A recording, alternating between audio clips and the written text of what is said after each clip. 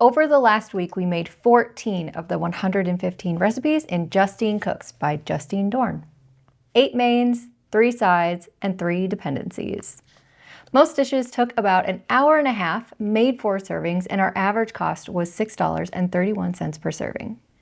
There were some breads that took a little more time, but that's kind of just the nature of making your own bread at home, because those babies definitely need some time to just chill out.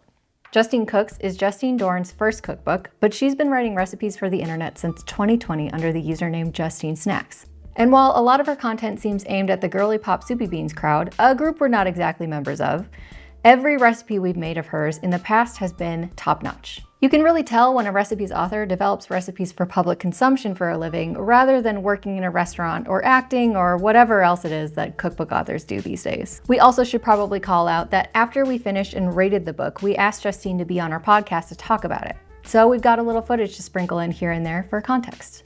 Anyway, back to the book. Justine says in the intro she wrote these recipes for people who are deeply in love with food but are learning and growing in their kitchen and looking for a way to make cooking feel uniquely theirs. I didn't market it as such, but it's an easy basics book. Justine covers everything from sauces to breakfasts, salads, beans, grains, proteins, mainly fish as she's pescatarian, to breads and desserts. Our goal was to make at least 12 recipes in 6 days, and we started the week with her Nduja But Not and the cover image, sizzled sage and olive beans with ricotta salata. Here's day 1. It is day 1 cooking out of Justine Cooks by Justine Doiron. We're kicking off the week with the cover image, this one. We're eating the photo. We're eating the photo. It's sizzled sage and olive beans with ricotta salata. And we're also going to be making the Nduja But Not. I don't know if these two are going to go well together, but... Missed opportunity for Ndoja. Ah, that would be good. All right, let's get cooking. Next time, call me Justine. All right, let's get cooking. I'll start with the sage. You can start with the Nduja. Oh man, the text is really small. A 1/3 cup first. Sage leaves. Okay. We're gonna let those dry out on the paper towel while we prep the rest of it.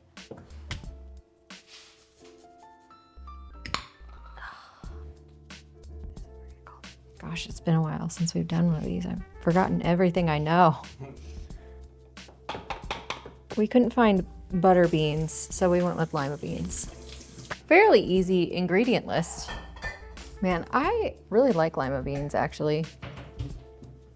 I don't know if it's my favorite bean, but it's up there. I probably should have done this a different way. Chill. Very chill. That's feta. Oh, okay. Ricotta salata. Is it okay to eat the end? Let's try it. See if it tastes weird. I don't know. I can't tell. Oh, it's salty. You're like really dry. Do you mind if we pause here for a minute while I do this? Sure. Otherwise we're gonna get way out of time. Goodbye, garlic. Anything else you need while I'm out? While Bryn is out getting fresh garlic, I'm gonna start making, let's get the tomato paste. More Calabrian chilies. So this is the through line, the Calabrian chili paste. I don't know if it's gonna work out in the end, but we'll see. That's a tablespoon. It's 1 teaspoon. 16-ounce block. Is it a half of a 16-ounce block or is it a 16-ounce block? Do we break it up before it goes in? Yeah, add it to the thing after you break it up into big crumbs. Cool. Break it up. Dump it in here for now. Here we are. We're so far in. Nice and fragrant. On you. This is all the other stuff?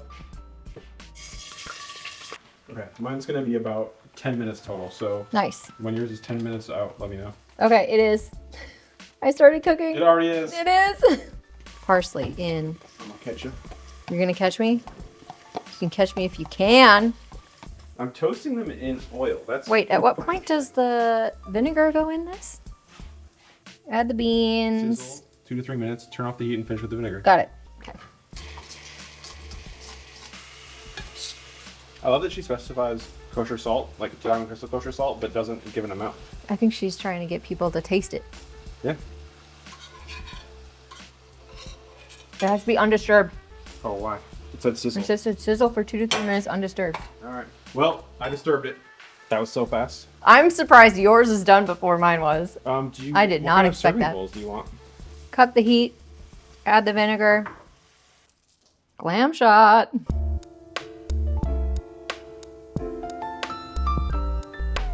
Okay, it smells very good. Yeah, it also took no time at all.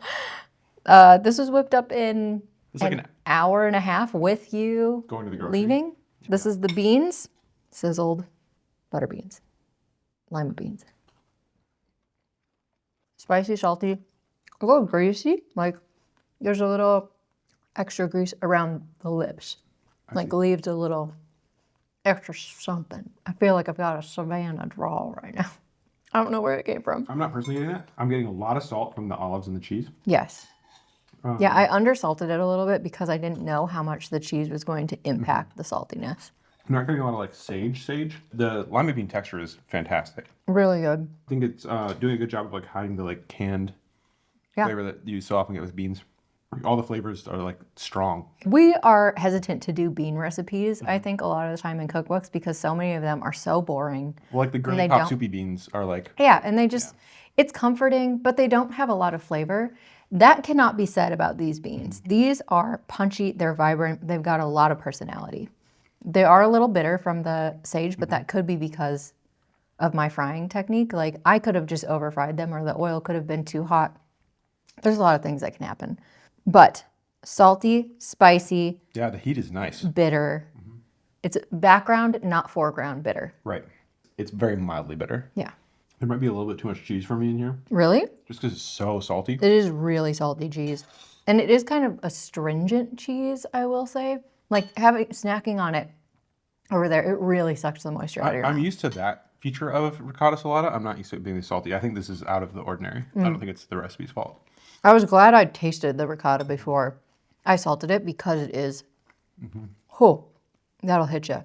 I think she writes in the pros for this recipe that like olive heads will love this. And it's true.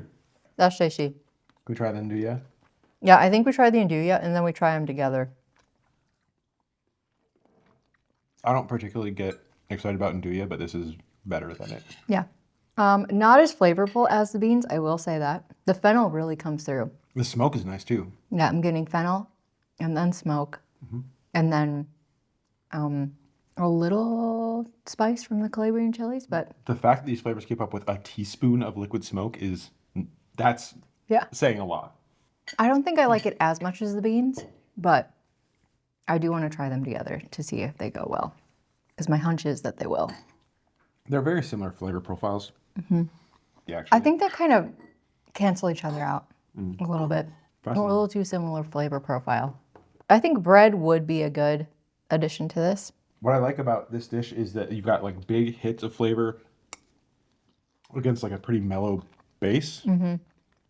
Whereas this is just intense constantly. Yeah. Like I'm a very specific like chip dipper, for example. Like I want a very specific amount of salsa on my chip. I see. I don't want to like maximize it. I want like a good ratio. Right. And this feels like it's too much salsa, and this feels like it's pretty well balanced. I'm honestly very surprised by both of these. The pitches for them were not super compelling to me personally. Yeah. I had a lot of faith in Justine though. So definitely smash by itself. Contextual smash. Needs something with it. And I think that something is bread, toast, something. Yeah. I think toast because it needs a little crunch. Yeah. My mouth is spicy. Yeah. I can feel it. I can feel it in my toes. Black garlic isn't an ingredient I get to cook with often, and we've had some kicking around our pantry since the Make It Fancy review months ago. So when I saw the black garlic sea bass with pickly ginger slaw, I had to try it. Our sauce split, but still turned out well, though Justine did have some tips for anyone else making this dish. That sauce is volatile depending on your black garlic. So maybe like if it's not full, if you're making it at home and it's not fully smashable, then it's like chunky. Day 2 begin. I had to cut a lot of your audio out from day one because your microphone was off, so it's a lot of me. I don't think anyone's going to be complaining about a little less bread. Is day 2 cooking out of Justine Cooks by Justine Doiron. Today we're making the black garlic sea bass with pickly ginger slaw and the crispy rice in sun gold miso broth. This was a suggested pairing From Justine. All right, let's go. This does seem more up my alley, like inherently than yesterday, Yeah, but let's see how it goes. for sure. Let's get cooking. You'll work on prepping the crispy rice, and I'll start working on prepping for the sea bass. Cool. These are kind of annoying to slice this way, but it's fine. Has anyone ever enjoyed cutting these lengthwise? I don't believe it. If I get a single comment about, you can just use 2 deli lids to slice a bunch at a time, blocked. 2 tablespoons of thinly sliced ginger means what exactly? I think I have too much ginger. I can't believe you laid them gingerly into that thing. Yeah. How are you supposed to God handle damn, that's ginger? funny. It's in the name. Yeah. Careful. Careful. Do you need ginger for yours? No, I do. Need grated ginger. Do you want to try and grate that? Look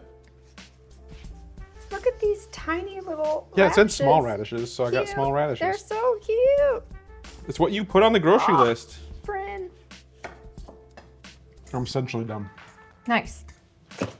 I accidentally put all 5 tablespoons of the rice vinegar in the slaw. Probably gonna be slightly sour. Not that that really, That shouldn't bother us. yeah, is a problem. I just missed the divide of the 3 tablespoons of vinegar, and then the rest of it goes into this part. That was literally the last thing I had to do Nice. before cooking it. Black garlic. 4 cloves of it. With a small spatula, she says. I think the Tovolo is maybe not the best option for this because it's a little too flexy. Let's try the OXO. Maybe a fork? Yeah. That's what we needed. I will not be using avocado oil, but only because it's not very good. Turn the heat to medium, let it cool for a few minutes, and then add the oil and, whoa, there's butter in here. This has been incredibly easy prep, by the way. That's too hot. But don't burn the butter. Yeah, push that back. Does it say skin side down first? Probably, I'm sure right? it does, right? Yeah, skin side down. Okay, those are collapsed now. She had signals in there, right? Deeply browned and Undisturbed until the skin is very brown and the flesh is almost fully opaque. Okay, so that can be flipped now. That's fine. She's got a much clearer sauce than I do. Maybe it's just the miso that we used. That one might be overcooked. Oh, I thought you did that while the fish was still in there. No, I think Yeah, you look at that. can- Yep, you you're can right. read it. You're right. Fastest goddamn sauce is known to man. I don't know. It looks like it's split a little bit, but hopefully it's not too bad. Hoo-wee. Let's cut to glam.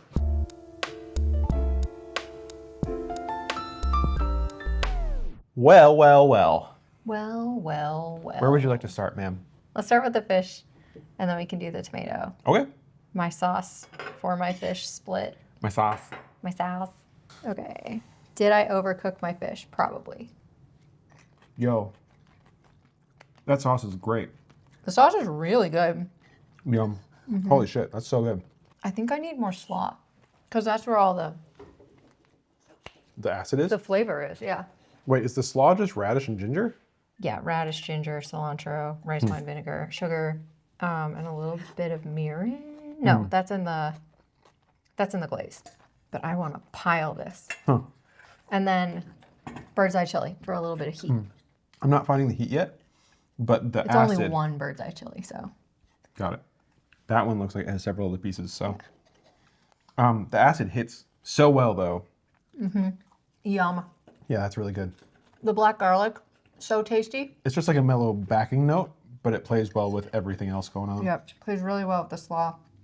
I know you're not a big fan of radishes, but I really think that the radishes are a nice compliment. It's a textural thing here. Yeah, it's the flavor that I don't love. Just because, like, kind of a dusty, dry thing a lot of the time. Here, it's just playing a textural note. Crunch. Yeah. None of this was laborious, and that I think is what I like about This was very easy. dishes like this. They're easy, but they are so tasty. And honestly, I was not expecting this to be this good. I expected that Justine and I would have different tastes in flavors. Much more overlap than I expected. Like, every time we've made a recipe of hers, it has been a banger, for sure. So I had a lot of faith going in, despite expecting that we had different, like, tastes. This has been hitting on all cylinders so far, though. You're like... Well, it like takes on a different aesthetic than what I usually go for. But the flavors are right where I want them to be. Yeah, but I also think this is why this project is so fun. Because it forces you to think a little bit outside of what you would normally do. We should get to the tomato stuff before it gets too soggy. But She said serve with steamed rice, which is great. Great accompaniment. okay, so Sarah said, let's eat this broth off plates. So that's what we're going to do. There's crispy rice on top, scallions, and then just the broth, which is tomato, miso, ginger. That's about it. It's quite simple, but these tomatoes were absolutely fire, so I'm expecting a lot. I love crispy rice. It's very mellow. Remind me of, yeah, very mellowed compared to the fish. Pretty natural for a miso situation. It's Yeah. very heavy on the umami flavors and like a little bit on the sweet. Whereas the fish is bringing a lot of acid and a little bit of heat. The only like through line is really the ginger, and that's pretty mellow in this case. Mostly because ginger is like heavy on the volatile compounds, and we just cooked it way down really fast, so it's going to lose a lot of that oomph. Yep. I think it's lacking oomph, but I think it might just be that I didn't season to taste at the end. That's still kind of the same ballpark. Yeah. I didn't really change it too much. Salt can so easily make or break a tomato, though, so I wanted to at least give it a shot. It's just given pomodoro, like the miso adds quite a bit of sweetness because it's white miso, which is minimal fermentation, heavy on the sugar, Soft tomato, very mellow. soft miso, soft onion. Not muted, just like They're gentle flavors. reduced. Yeah, not muted but reduced. I think muted is like tamped down, but I don't think these are tamped down. I just think they're like... You're just saying more synonyms. That It's not- eye roll was so good. It's not hard stop on flavor. It's softer Yeah, flavor. it's very gentle. One might even say ginger. I think that my kerfuffle with adding more rice vinegar to the slaw was not a big deal. Yep. I know where I stand. Where do you stand? I'll have another. I think hard smash on the fish. Yes, I think light smash on the tomatoes. correct. I think as a combination, they're a smash. Maybe even light smash. I don't know. I don't like them as a combination as much as I like just the fish by itself. Yeah, I think I agree with that. The fish is so much more exciting on its own. But if you're in the mood for cozy, then the tomato is definitely the better pick. Yes. But if you're in the mood for something that's like bright and punchy And delicious. delicious, the fish is it. Yeah. What a surprising week so far. I was expecting everything to be pleasant, but I wasn't necessarily like, oh, this is going to be like exactly my shit. And so far, pretty high up there. Like introducing me to things I didn't expect to like. So I'll take it. Don't sleep on that fish. I know we're bending the rules by making 2 fish dishes out of a book that covers so much ground, but the boyfriend salmon prose really got me. Ahem. It's a salmon to get your boyfriend down with salmon. It will at least lock him in for 4 more dates because he'll think you're a fish genius. But also, gender is a construct and cooking for a man is antiquated. So if you're in the mood to fight the patriarchy, just make the salmon for yourself. Had to make it after that, and ended up pairing it with the ACV Brussels sprouts with toasted cornmeal, for which she offered another tip that didn't make it into the book. Stone ground cornmeal can be interpreted in so many different ways. And that was a huge argument I made in the book. I was like trying to get really in the weeds. They wouldn't let me. So if you choose the wrong cornmeal, that recipe can be really, really bad. Roll day 3. It is day 3, cooking out of Justine Cooks by Justine Doiron. Today, we are cooking the boyfriend salmon and pairing that with the apple cider vinegar Brussels sprouts in toasted cornmeal. ACV, baby. ACV. The through line for this is apple cider vinegar. So, Huh. yeah, there's apple cider vinegar in both. So I was like, well, maybe. Not a pairing that she suggests, but it's a pairing we're going to try. Here we go. Are you ready? I think we start with the Brussels sprouts. Let's Okay. prep all of this stuff together, and then we can move on to the boyfriend salmon. Okay? Whatever you want. Great.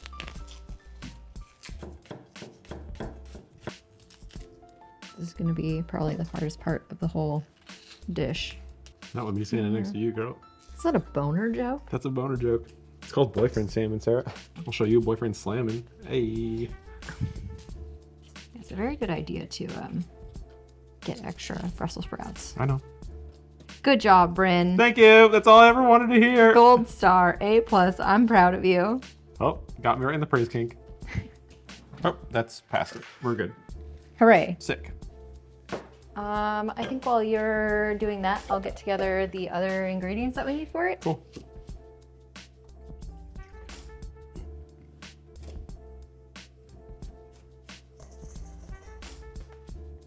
I'm going to get together the stuff we need for the salmon. Starting strong with fish sauce. You're ready to go on those whenever. Okay. You want me to start cooking them? Yeah, get going. Those got to get in the oven. Okay. They're What gonna do I take need the to do with longest. the oil? It's not time to scroll yet. Doesn't say whether or not it should be packed, so I'm just gonna lightly pack.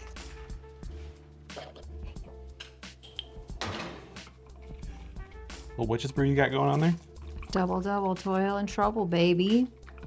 There we go. What does this taste like? Tomato. It does taste like tomato.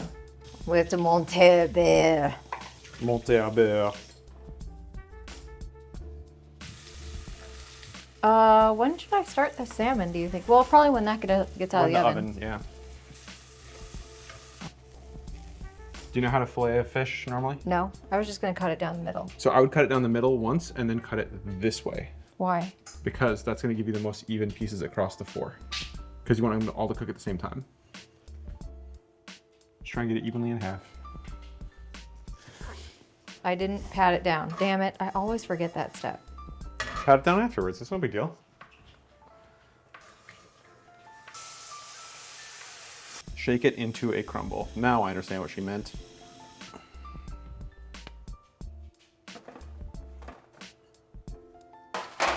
Ah!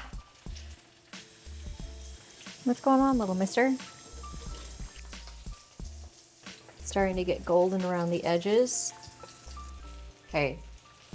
I have to remember not to grab this handle with my bare hands. Little baby, little baby. See, I pet you and then I have to wash my hands. Scatter a little bit of this on the bottom. Oh shit, do I have to flip it skin side? Oh shit. Okay. Glam shot.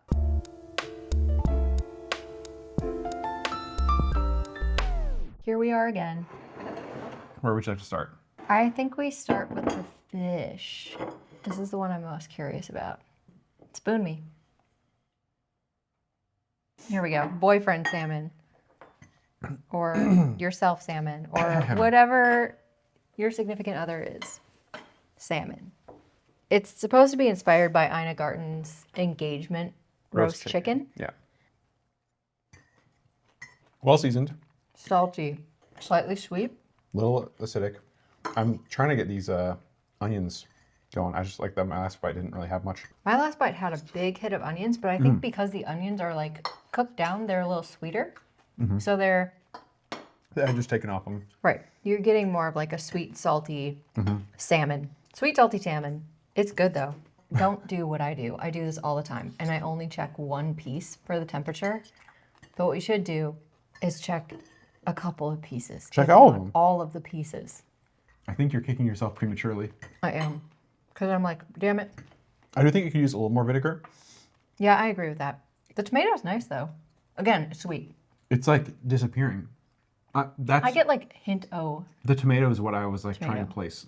It's surprising to me. Yeah. I wonder if the sauce had reduced slightly, if it would be even better. Because I kind of want it to like stick to the salmon a little bit more. You'd lose a little bit of the fish sauce which Oh, isn't you very would strong use- at all right now. It is I, very- I wouldn't hate more fish sauce though. Yeah. Yeah, I think if I did this again, I would slightly reduce the sauce a little bit because it's a little runny Yeah. and I want it to like cling to the salmon just a little more, but that's personal preference. Yeah, I think I just push it a little more in the chutney direction. Because it's like pretty close already. I want to finish this piece and then try the Brussels sprouts and then try them together and see how they do as like a meal. So save a little bit of salmon No. or don't. I don't know what to do. Because you know I'll do it. Yeah. Okay, I'll save some. Okay, we got the shaved Brussels sprouts. The honey is coming through very strongly for me. Like it's just very sweet. I get that. I like the crunch of the cornmeal. I was just gonna say, I feel Otherwise, like it's kind of mushy.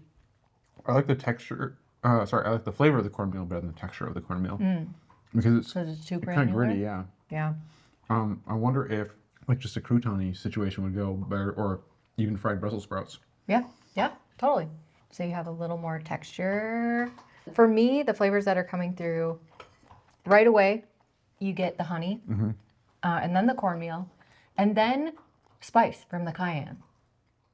There's not that much cayenne in here, but it comes through at the end. It's very gentle for me. but- Yeah.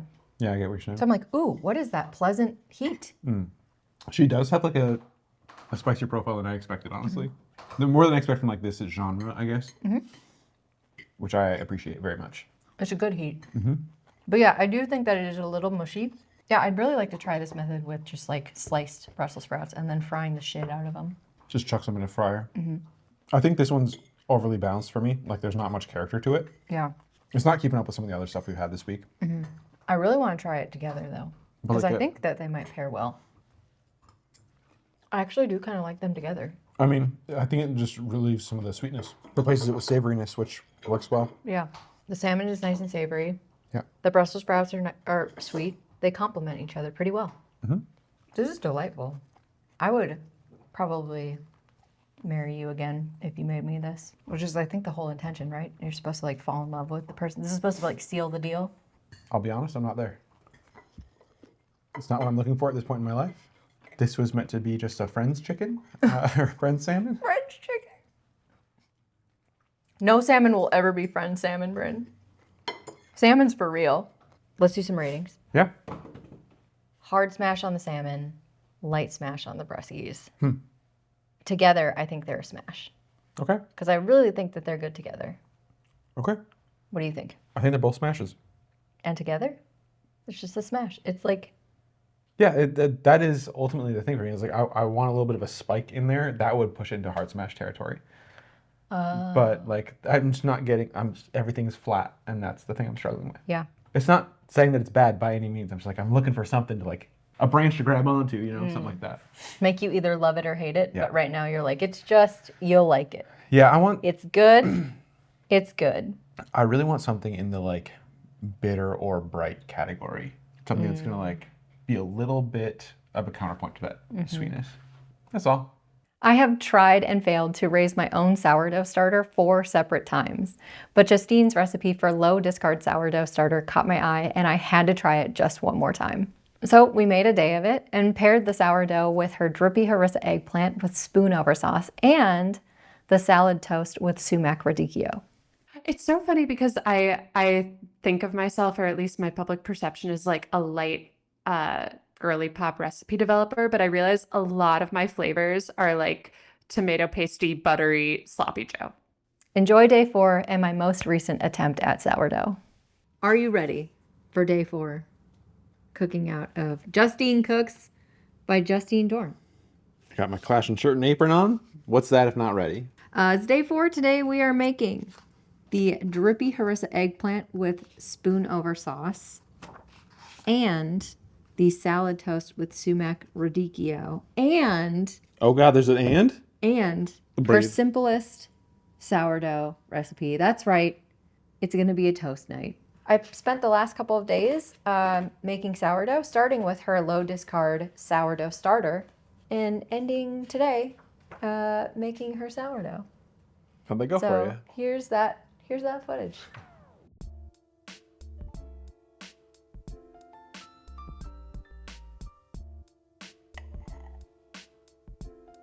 It is bubbly. She just not super intense.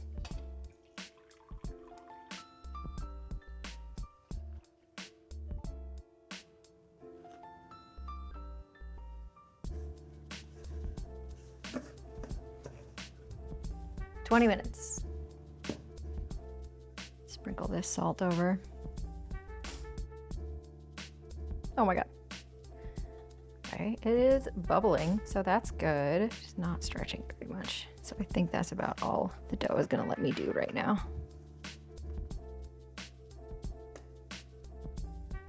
30 minutes.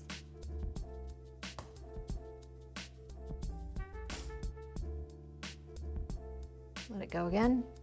I mean, it hasn't really risen too much, but maybe that's the bulk ferment's job. Sticky. Get back in there, little buddy.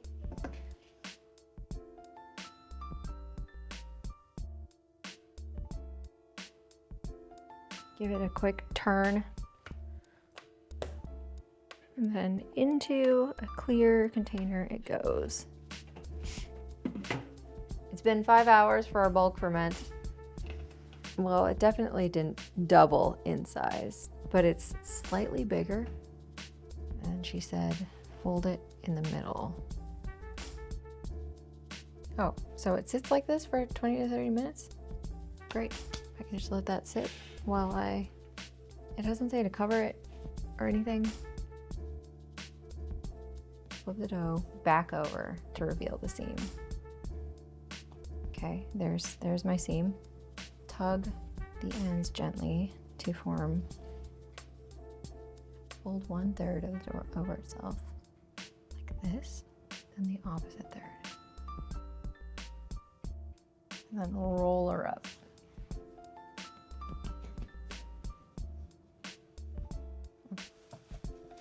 All right, and then this goes in the fridge for 24 to 48 hours. Sourdough day has begun. I am not exactly confident about this, so I sent Bryn out to get extra sourdough just in case. It looks pretty sad. We've come so far. It'd be a shame not to try. Oh, my sad little loaf. I will be shocked if I get anything out of this. My Dutch oven has been preheating at 500 for a while. Toss it in the oven. I mean, you saw it.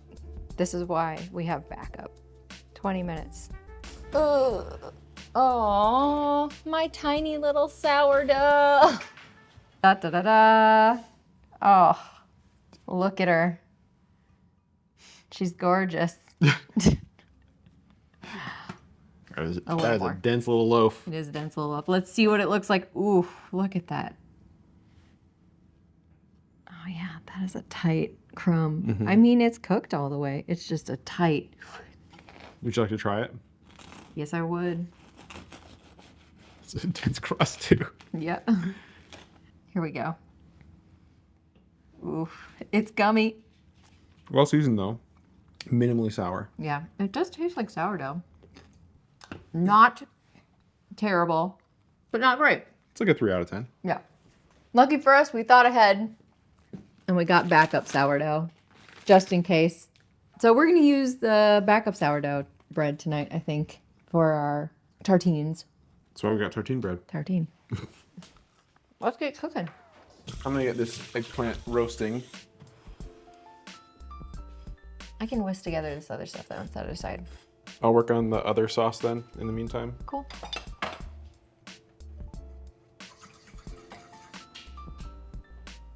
There we go. You're working on the salad? The radicchio, the cucumber, sourdough bread crumbs, which we have to make. If you'd like to do the herbs, that would be very helpful. Oh, okay. Where's the mint? Did I not get it? Bryn, you fucked up. No, I'm just kidding. It's not a big deal. But yeah, if you could run out and get it, that'd be great. And we'll finish up here. Brian, you want to go for a ride? Should we go get some mint? Boys grocery run. All right, where does this dill go?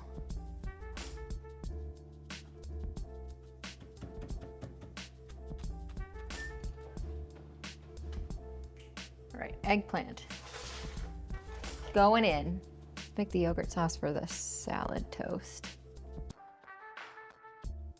Do I crumble it? What's this stiff taste like? Funky.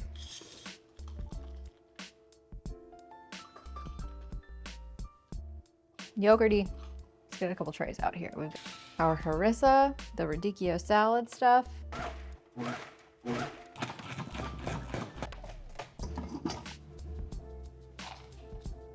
I guess I shouldn't dress this just yet because it might get soggy. Yeah, I wouldn't dress that till the end, probably.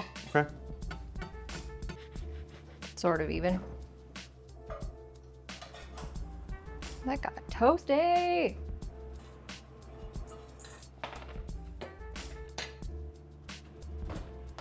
Gotta scrape out this eggplant. Oh my God, it's so tender. Yeah, look at these. Oh, cheesecloths are the best.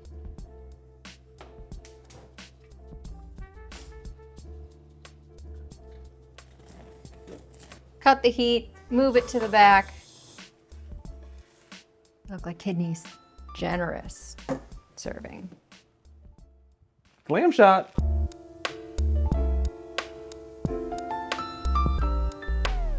Okay, the drippy harissa eggplant. It's not particularly drippy.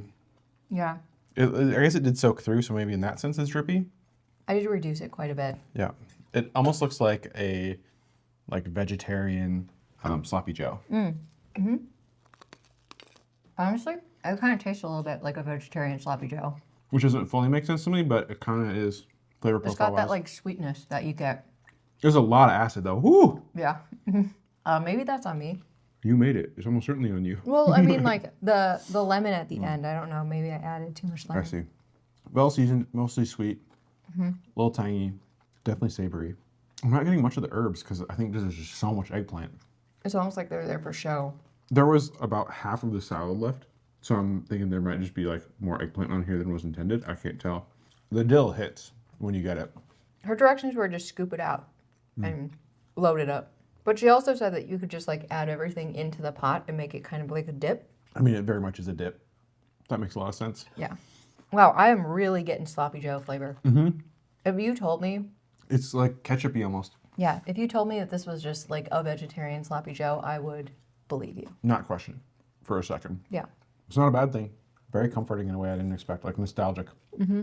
I think the only thing I wish was different is like I wish there was more herb ratio. A higher herb ratio, sorry. Because there's just so much wet, like sweet underneath. Yeah.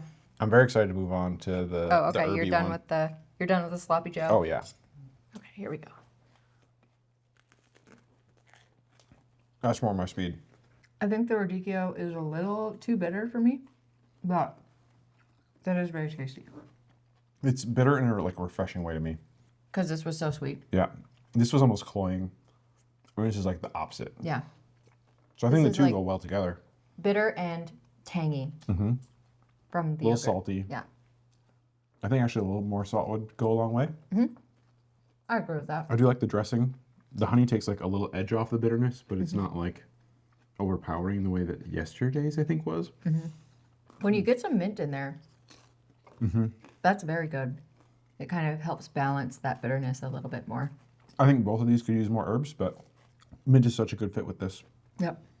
Bitter, salty, Little tangy. little tangy. Yeah, tiny bit of tang from the yogurt. The eggplant is like sweet and savory. How do you describe that savory? Yeah, it's like umami. It's rich almost. That manwich flavor, that's it. It's like surprisingly similar. I'm a little bummed out about the sourdough that I got, but it is further than I've ever gotten in making sourdough. I've tried to make sourdough probably 3 times from scratch, like making my starter and then making sourdough, and I always fail to get my starter to actually activate. And this was the closest I think I've ever gotten to it activating. Did it activate enough? Probably not. It did not. But it is encouraging, you know? Okay, ratings time. I think they're both light smashes. If I was going to make any of them again, I think I would make the eggplant again, but I think I would do it as kind of like a sandwich, like a sloppy joe, like a softer bread They're both completely inoffensive to me, but I don't want more of them. Yeah, right. So I think I'm a light pass. The first bite of the radicchio one was like excellent, and then the bitterness kind of built up, and that's kind of how it was with the eggplant. The sweetness kind of built up over time. Yeah. So going back and forth was okay, but like it just didn't hit for me. Let's try combining this one and this one. Bold move to flip the messy one. It worked. The bitter takes over everything. You want to try it? No, I don't. Maybe a second splash. Mm-hmm. Do you immediately regret this decision? Yeah. Cinnamon and chickpeas kick ass together. So when we came across the cinnamon, romesco, chickpeas, and charred greens recipe, we were immediately down. However, this was the most frustrating day of the review for other reasons. The cinnamon romesco chickpeas are the first recipe I developed for the book. So it's like my baby, but babies can have flaws. Man, foreshadowing is a hell of a vibe. Here is day 5. It's day 5 cooking out of Justine Cooks by Justine Doiron. Today, we're making the broiled yogurt flatbreads and pairing that with the cinnamon romesco chickpeas and charred greens. This is one that I'm pretty excited for, actually. It's also a suggested pairing from Justine. It's Friday. We got some drinks. We're going to vibe out and make some bread. Yeah. Anyway, let's get cooking. Ugh, 27. That's fine.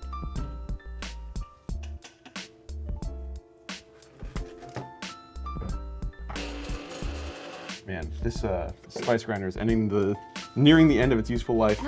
No. It's been grinding more and more. You got to be able to control the bowl with one hand and mix with the other. I don't think we have parsley. Oh, we might have used all of it. Pretty easy to go out and get. Let it get smooth out into a ball. It's pretty fucking sticky. Ooh.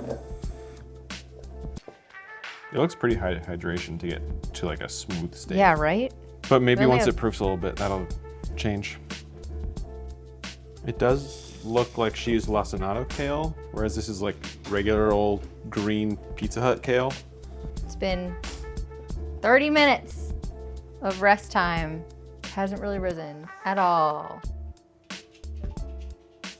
Man, it is just the stickiest dough. I mean, I'm used to working with flatbreads that are pretty sticky, but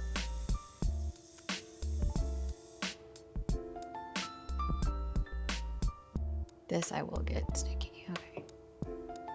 This is lightly floured surface, but this thing is not going anywhere anytime soon.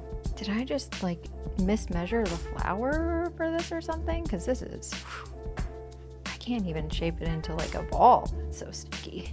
All right, we got it into a shape, into a smooth, tight ball.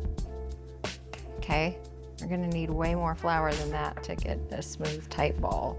Eventually you'll get to a place where it's not sticking to you anymore. Come on, baby. I wasn't expecting it to be this sticky. All right, we're gonna call it there. That's kind of a ball. 80 on the nose. Fuck, this stuff is so sticky. Fuck, I need more flour on all of this shit. Oh my God. What, you don't shape these? Hold on, I'm gonna get these into like at least a ball so that they're easier. Hold on. There we go. Okay, we did it though. We got our buns. I might need some more flour. Like she just kind of rolls them out like this. I'm trying to get 4 on here. 4. I'm just a girl trying to make some bread. Broil until puffed up and golden. Definitely don't want those to like burn. Up to 2 tablespoons of olive oil. They only need to be in there for like 4 to 5 minutes, I think. 4 to 5 minutes? Yeah. We got bread. Looks like I've got a little thinner of a sauce than she did. Needs a lot of salt. I mean, it tastes good. She wants me to scooch these chickpeas over. See, this is the problem. Like, I'm already chock full. I can try and stack it, but I feel like that's gonna prevent crispness. Kale's not done crispy yet. I also threw the rest on a different sheet. Okay, now we're looking crispy. Cut to glam.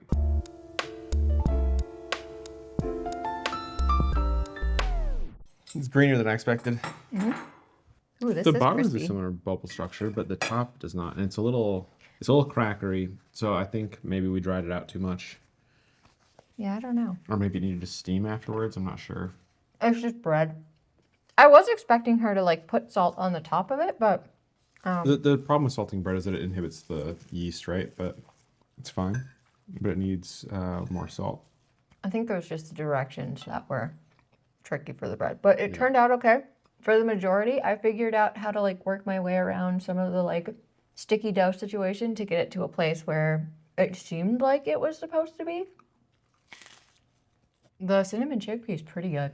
It's spicy, sweet, cinnamony, kale. High in acid. Yeah. I think I slightly overdid it on the vinegar. I think the bread is a good pairing with it. I think you could easily do something like rice with this too, and it would be pretty tasty, but I'm mostly getting textures. Like, I get straight kale flavor, but then everything else is like more textural. Little cinnamon, little acid, but then you get the really creamy chickpea and the really like light, crispy, although it's quickly softening kale just from the sauce. I like how salty it is. The kale? It is very much like a crunchy salad. Nothing new to report. It's the same as the first bite. Every bite is the same. So the cooking technique for the chickpeas was just throw it on a tray and roast it? Yep. And the kale was the same thing? Yep. I have really nothing bad to say about the flavors. It is very much one dish. You're getting the same flavor bite after bite. Effort-wise, though, making these things back to back, it's like a 3-hour process, 4-hour process. Yeah, it took us a long time. Drown my sorrows in sauce. You definitely need a lot of the sauce, otherwise it does get a little bit like dry. It kind of sucks all the moisture out of your mouth because the bread isn't like super moist at this point. It's just kind of all dry on dry on dry. I think the kale's the best part. The kale in the sauce is great. Yeah. The chickpeas are, it's like they're there to add body, but they don't improve the flavor necessarily. It's kind of nice to have like a crispy salad. I actually think if you went down a path with this that had more herbs, that would be like my ideal version. Ratings time. Light smash on the salad. Yeah, light smash on the salad. Light pass on the bread. Smash pass. Smash pass? Yep. Easy? You don't have to agree with me. I don't agree with you. Oh, great. I just like You how sound dis- like you were agreeing with me. I like how decisive you are. Oh. We didn't have a lot of desserts or breakfast dishes throughout our week, so for our final day, we wanted to make something sweet. That ended up being the Miso-Butter Pancakes. But the ingredient we were most excited about in this recipe wasn't miso or brown butter. It was actually oats. That's because our first Justine Snacks recipe we ever made were her lemon ricotta cookies, which used oat flour to great success, and we were excited to see how oats impacted some pretty classic pancakes. Here's day 6. It is day 6 cooking out of Justine Cooks by Justine Doiron. Today we're making the Miso-Butter Pancakes to see if awake brain can make up for sleepy brain being kind of a bummer last night. Let's get cooking.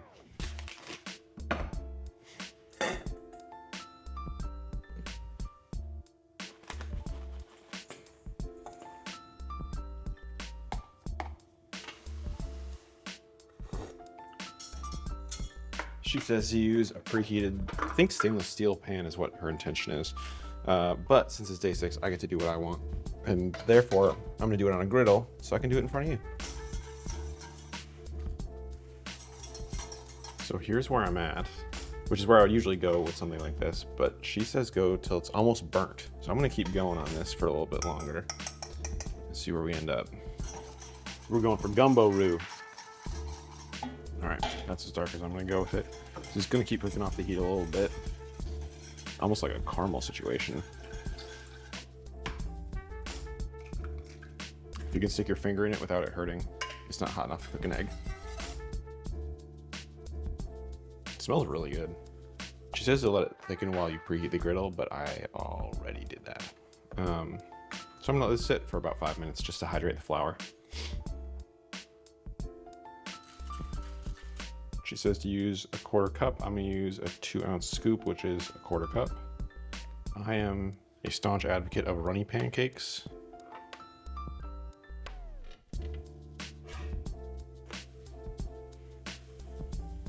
Oh, because I didn't butter the pan. That's why they look funny. I was like, why aren't they shiny?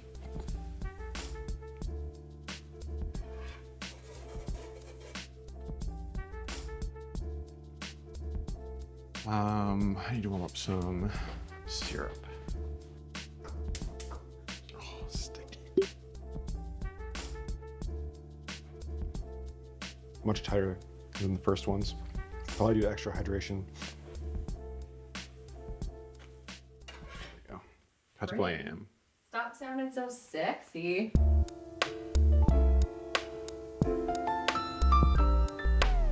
We have a whole array of toppings. Dude, I want to try a bunch of stuff with this. Let's start with the simple one, where it's just the syrup, maybe a little bit of butter. Yeah. Thanks for making this. Very easy. Great recipe. Like, very impressed with the recipe. Like, every detail is like a marked improvement, I feel like. Oh, good. And also the order of operations makes it come together really fast. Oh, great. It's like really thoughtful about that. So like you're browning butter and miso, and then you go straight in with the cold milk, and that brings it down to temp, so you can put the eggs in right away, and then you can go like, it just solved all the problems. This is something that That's awesome. we do with our pancake recipe, and it's something that I really appreciate when other people do. It's like very considerate. They're not very fluffy, but Yes, this is my preference. They're meant to be thin, which I think is the ideal pancake structure. sweet, salty. Yeah, she said that they were meant to be kind of like a sweet, salty combo, so they are that, especially with the syrup. The oats have a nice texture to them. A little bit chew. But the pancakes are definitely on the savory side, which I appreciate as well. Which is why we have some savory options. All the sugar is brown sugar. There's no like straight cane sugar in there, which is great. I've noticed in this book that she really kind of prefers brown sugar. It's the brown butter of sugars. It has so much more character. It doesn't really taste like miso, but you get the extra browning from it. Right. I feel like we keep using the word umami to describe a lot of these flavors, but truly that's what it is. This time it's toasty umami. Yeah. Very rich. I love the oats. Just an extra little chew. I was worried that they were going to be a little bit rubbery when I saw them, but they're not. She doesn't suggest this, but we're going to try a couple different options with this. One of my favorite toppings for pancakes is yogurt and dill. And Sarah brought up chili crisp, which I think is inspired, honestly. Yeah, I thought if they're kind of savory side of things, let's do a little chili crisp on I'm there. a little light on the chili crisp for this one, but Heavy on the chili crisp, no. that's my girl. I mean, pretty fucking good. It plays well off the saltiness of the pancake. Yep. Which is not like salty, but like it's definitely more balanced towards salt than sugar. Yeah. I like that you're rolling it up in like a Crepe. Like a crepe? I think I overloaded mine. Which is where I got the yogurt thing from in the first place. I used to put creme fraiche on crepes a lot. Yogurt, chili oil, dill. Don't overthink it. It's great. Don't overthink it. Here's a random combination of things. Yeah. Or you're going peanut butter next. Yeah. I'm just going to alternate savory and sweet, I think. Or I've always preferred eating pancakes with my hands. Have you really? Have I just not ever noticed this? Yes. Lets you control your syrup ratio better. Okay. What do we think? Peanut butter. It's like upgraded nostalgia. It's like Because it's extra salty? when I play a game I haven't played in a long time, it feels worse than I remember. I think nostalgia tends to be that way, where like you remember something better than it was. Oh, I see. So This is that. It's like a more polished version of what I think I grew up on. Ah, I see. I was going to say I got to get all the syrup in the crevices, but there aren't really crevices in this pancake. Yeah, dog, it ain't a waffle. Sweet, salty. It works so well. I think this might be my favorite pancake recipe. I think the only thing I might change is replacing the milk with something with some acid. Like buttermilk. Buttermilk, yogurt, something like a yogurt flatbread would make a lot of sense. That's the only thing that I kind of want. I see. But this is fantastic. I think for me, the lineup is savory, And then the peanut butter, and then just regular Yeah. butter and syrup. Are you ready for ratings, or you want? I'm ready for ratings. Okay. I'm gonna say it's not hard smash for me, but it's definitely a smash. I enjoy this. I'm right on the line as well. Like, Yeah, definite somewhere smash. between smash and hard smash. Yeah. The liminal space between smash and hard smash. Mm-hmm. It's very good. What Buddy, are how you doing? You want to get in on this? After 6 days with Justine Cooks, we've got some thoughts. As always, let's kick things off with accessibility. Justine tries to keep the ingredients pretty easy to track down. The hard-to-find ingredients for us were really just butter beans, which for some reason, despite just being canned fava beans, were nearly impossible to find at our local grocery stores. And the tools are pretty standard, other than a proofing basket, if you plan to attempt her sourdough recipe. I was really impressed by how many like very simple ingredients, like off-the-shelf things she used and made them better than some of their parts. And the most difficult techniques she asked us to perform were browning butter and kneading dough by hand, though I'm definitely not as graceful as Justine in the kitchen. This is a super easy book, and while most recipes were simple and quick, a couple that took longer than expected ended up being pretty frustrating when the results didn't hit. The time cost is a little high for the outcome. Especially compared to the other meals this week. Yes. We had some bangers that were like Half the maybe time. an hour tops, yeah. Accessibility gets an 8. The design of the book is simple yet organized, with big photos that matched her outcomes and directions that she tries her best to keep together on a single page. Now, one thing that Justine does that I really love is the order of operations for what comes next.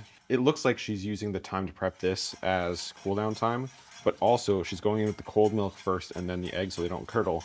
This, in theory, makes it quite a quick recipe to come together. The only hiccup we ran into was in the ingredient amount text size. This book uses a typographic feature called ligatures for its fractions, which makes the numbers in them about 1/3 of the size of a normal number.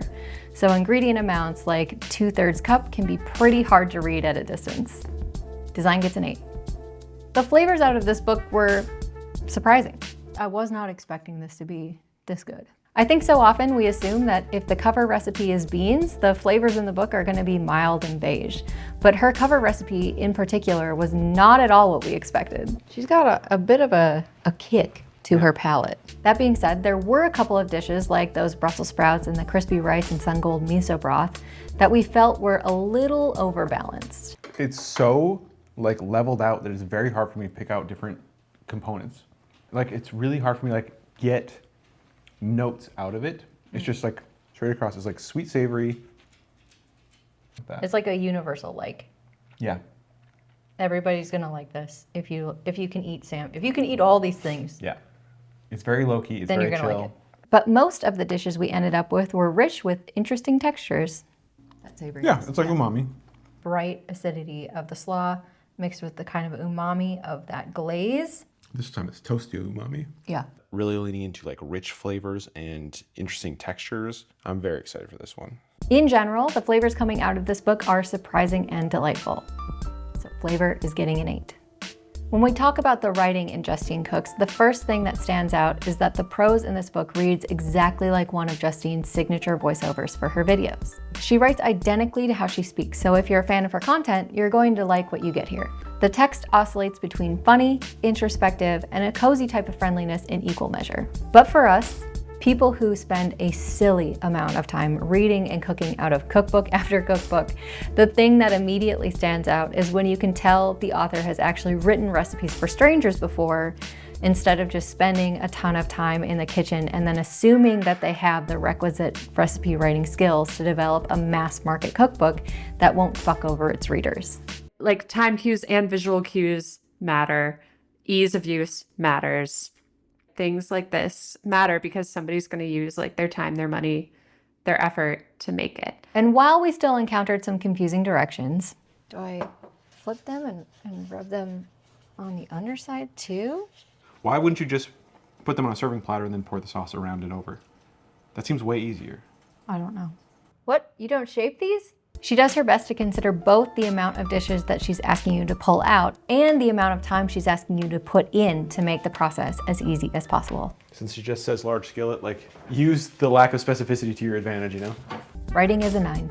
Of the 14 recipes we made this week, we got 8 smashes. And we usually say that a book is worth the price of admission if we can get a 50% smash rate of the recipes we made as written, and Justine Cooks hit that mark. There are a million cookbooks with soupy bean recipes in them these days. We've tested quite a few, and frankly, most of them are not worth the paper they're printed on. The best part about our week with Justine Cooks is that we walked away with an expanded view of a style of dish that is so often underwhelming, and saw that in the hands of a capable recipe developer, even canned beans can be transformed from mildly tinny legumes into something genuinely delicious. I wish that we had done more of her beans, honestly, so that we could see if it's like just the one recipe that really knocked it out Give of it the the park. full beans. Yeah, give it the full bean treatment. It changed our minds, expanded our palates, and made us a little more bean curious. Reviewing recipes day in and day out for years on end can make you pretty jaded, and this book took a little bit of that away.